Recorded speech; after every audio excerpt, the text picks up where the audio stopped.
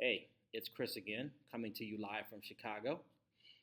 It has been roughly 91 degrees here, so the weather's been great. So, anyway, as you all know, I've made a few videos recently, some upbeat, kind of exciting things talking about how we heal from the effects of mind control religion.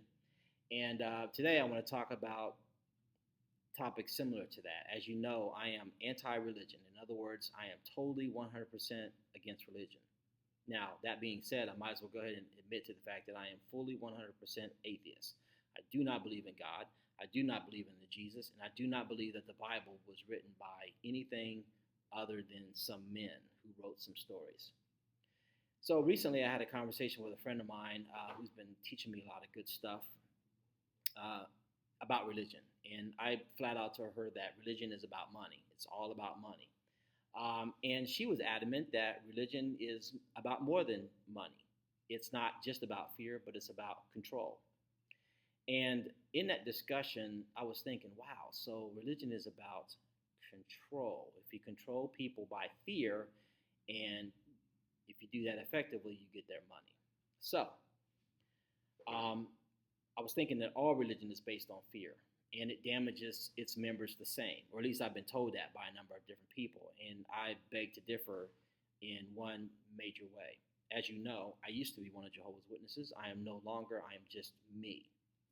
But when you think about fear and the control that fear can put on people, I started thinking about all the other religions in the world, the, those in the Christian religion, the Baptists, Protestants, Catholics, whatever you want to call them. None of those folks aggressively come to your door on Saturday morning and tell you that you're going to die.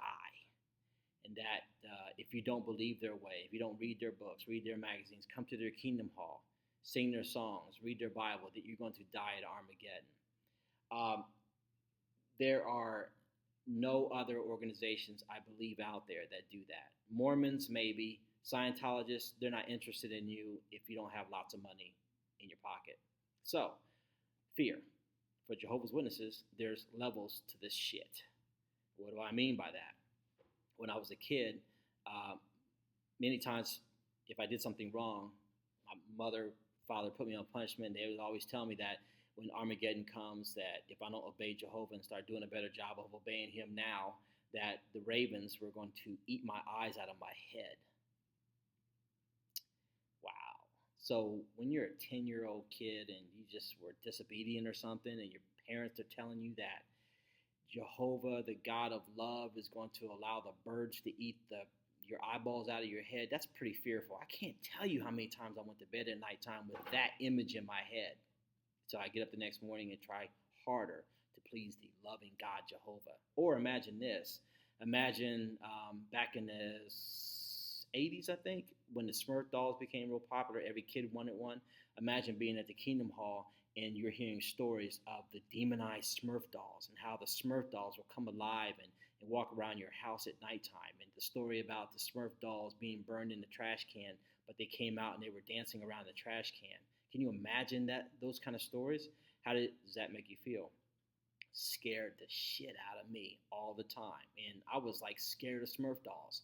I mean, I was looking for Smurf dolls everywhere, and I had dreams of Smurf dolls knocking on my door, climbing through my window. Can you imagine a 12-year-old kid laying in his bed at nighttime with his windows shut 90 degrees because you're scared of a ridiculous Smurf doll? That there is fear. Okay, let's go to another level. How about this?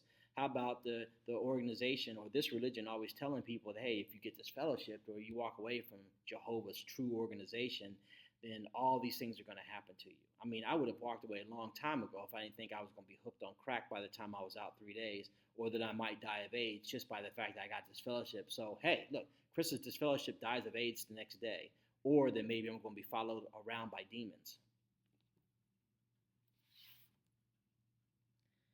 I haven't seen any demons lately. None at all.